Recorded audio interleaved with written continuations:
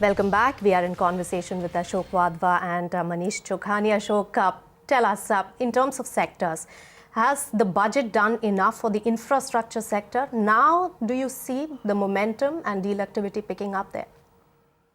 Well, there are some interesting changes, some interesting announcements. I mean, without question, we were all expecting the government to focus significantly on infrastructure and manufacturing.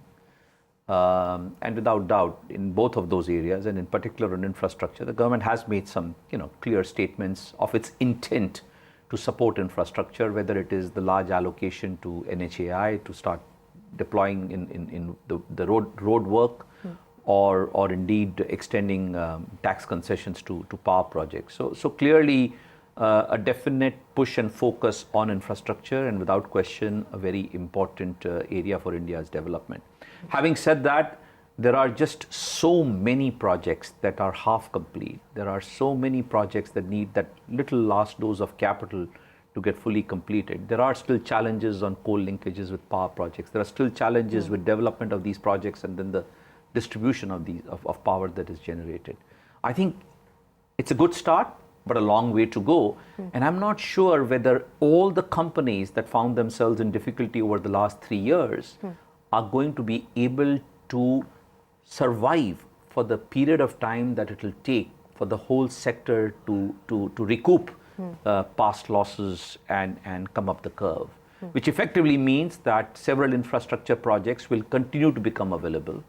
And obviously there are some who both have the capacity as well as capital at this point of time to make these acquisitions. Right. So I do see a consolidation in the infrastructure sector with some companies buying projects and some companies maybe even buying companies now. But Manish, how does an investor look at this sector? Blackstone invested quite a bit in the power sector, but I don't know whether they are happy with the investments now. So I'm not going to comment on what Blackstone did, but I think rather than the tactical issues we are discussing, I want us to focus on, like I said, the government balance sheet is about $900 billion. They get a dividend of $4 billion a year on that $900 billion. And they will privatize, say, $10 billion a year. And there's a hoo-ha about that already. The question to ask is, why is the government holding on to $900 billion of assets, like Steel Authority and ITC and so on, instead of selling those, monetizing and putting that money to invest in infrastructure?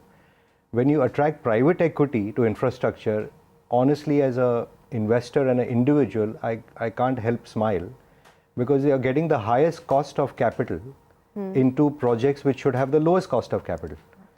And who has the lowest cost of capital is the government of India. Who has the ability to get the right of way on projects which need to be built and get the best contractors in the world to build them is the government of India. The government of India, in its annual budget, the outlay was 1% of GDP on total capital expenditure. So my sense is you need massive privatization in India whenever it's politically expedient to do. It may be after Rajya Sabha seats are found in order, and maybe it's 2 years down the line. But disinvestments that's the point that are coming up, they're not disinvestment is enough? $10 billion. I said the interest cost is $70 billion a year. If you're selling 10 billion, all you're doing is feeding part of it back as the interest payment. We need 100, 200, 300 billion dollars of asset sales and suck the 1% capital which is available in the world from the sovereign funds and the pension funds. They don't know where to go. But selling all these Navratnas is again a government policy. What is the total return on the Navratnas? $800 billion produces $4 billion of dividend income. It's a 0.5% return on capital. The aggregate is 2%. That's the key in our country. That's the key. And that's the debate nobody wants to have. We expect corporate sector to focus on ROE. Yes. We hold them responsible for delivering ROE.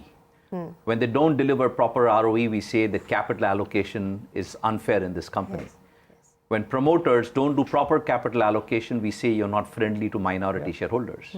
What about the government? I mean, we the public are the minority shareholders of that company which is owned by government of India.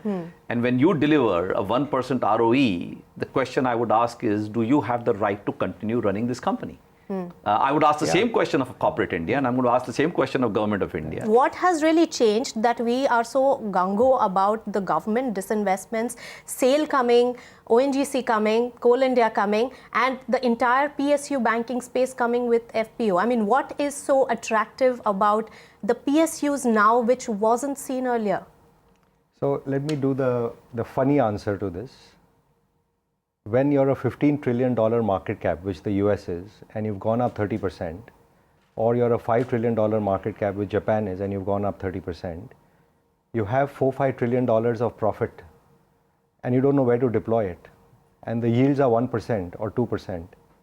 You're looking for where to deploy money. When you come to India and you say this is the growth market, at least 5 years, 10 years out, you can keep seeing 5-10%, GDP growth. Actual volume growth is real over here. The consumers are real. I want to deploy money here. Then you reach India and you realize I cannot buy the banks because the well-run banks are already at FII limits. I cannot buy the IT companies, they are at FII limits. I can't buy most consumer companies, most media companies. Let's see what's available, and then boom. So the headroom of growth is expected You to be want to higher. deploy capital to India because the headline is put allocation to India to work. And supply is going to meet that demand. Ashok, a little bit of activity has come in the deal scenario and deal market only because of equity markets running up. And therefore, the bankers are more occupied than earlier, I think.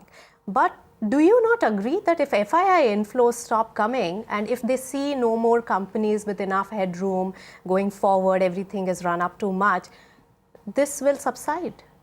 Not to sound pompous, but good deal makers are occupied at all points of time. Okay, I give it to you. Because deals are happening at all points of time. I say that about good companies who have deep pockets and they continue to buy and sell. Yes. So good deal makers are occupied at all points of time. And I would believe that to be true now and to be true at all points of time in the future. But you make a good point to say that if FII limits get saturated out and if FDI is still not finding India as an attractive destination, then are we really looking at a scenario where we may have maxed out all foreign investments into India? I'm more optimistic than that in terms of this government, its attitude and its approach. Okay. I continue to feel positive that the early actions taken by the government, albeit some of us are a little disappointed with not enough being done in the budget, but let's not forget, only 45 days in power. I would like to believe that this government is well seized of the issues that it needs to address. Right. If you go meet officials at DIPP today, you will find them forthcoming. They're not just happy to listen, they're happy to take your advice, they're happy to do what is right in terms of India being an attractive destination in the long term. And therefore, I'm hopeful that even before these issues become real issues, government would have made appropriate policy measures to facilitate foreign direct investment in India. As far as FII is concerned, I agree with Manish. Almost all good and clean companies have maxed their FII limits. Either the government is going to relax those limits and allow these companies to, increase their FII limits, or hopefully, in the run-up to the next IPO boom. Remember, we've seen a lot of capital coming through QIPs. We still haven't seen IPOs coming in. Which is the next wave expected. Yeah, so the next wave, which is the new IPOs coming in, hopefully will bring a lot of new, well-governed, well-run companies, what we call good and clean companies. And as they come into the market, they will expand the category of companies where FII investment needs to be made and create new opportunities. But the private equity interest has been concentrated, as per my experience, in IT, pharma and consumer-based.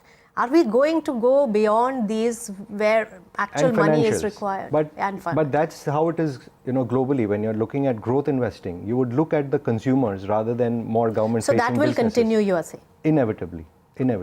Because like I said, infrastructure and all are not the right place where the highest return expectation is going to be met. And time value of money in our country especially is not understood. A project delayed means the IRR on the project is gone.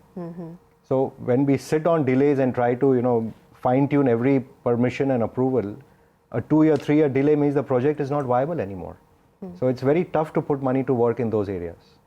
What about something like telecom, which went through its own set of problems, but now the taint probably is going, it's looking a little better because we, as far as subscriber base is concerned, we are second only to China in the world. Listen, telecom is the core to the heart of any country's development, and India can't be an exception to that. And therefore, I have absolutely no doubt that, anything, I believe that anything that goes up fast comes down faster. Yes. And that's what our telecom business went through. It's now, at level playing field. Would you say something like this for e-commerce as well? I've been trying to ask this question to everybody. Go back and look at the history. 2000 was IT boom, dot-com boom. At some stage came telecom boom. We've gone through that. If you go before that, and some of us were existent even before that, you saw that in the financial services industry, everybody had a leasing company in his portfolio. So we go through this. We have a herd mentality.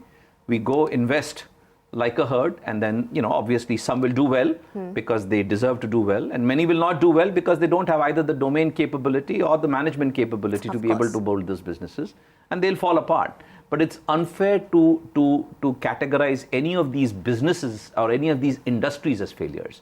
Obviously, in any industry, and particularly new industries, there will be many newcomers. Some will succeed, many will fail, and that's how business grows. So all the sectors separate the men from the boys eventually over time as per the performance. But since both of you have been so well entrenched in deal making, and you've been ace deal makers, we have talked about what government should do, what promoters should do, what corporate world should do, and how markets would behave. But what about the investment banking space? A lot of bankers would be watching this as well. What is it? Because if there are 15 bankers pitching for one IPO, which we saw in Paris just recently, I don't know how much business can each one generate. And then the call is obviously the bargaining power lies with the company who's giving the mandate. So how rational can the deals be in such a scenario? And how should the investment bankers behave in this scenario? These are tough times. Without doubt, we are an overbanked country. Yes. Without doubt, we are an overbanked country, particularly if you take the big caps. Almost every banker, global and Indian, wants to chase them. Having said that, there is a lot of opportunity in the small and mid-cap space. There are lots of companies out there that need help, that are waiting for bankers to step in and help them. And I think those are the bigger opportunities. Again, I go back and say what I said earlier. For good bankers, there is no dearth of business in this country. Never was, is not, and shall never be. I think in our business, the two operating words, and I'll like to close it at that, would be trust and respect.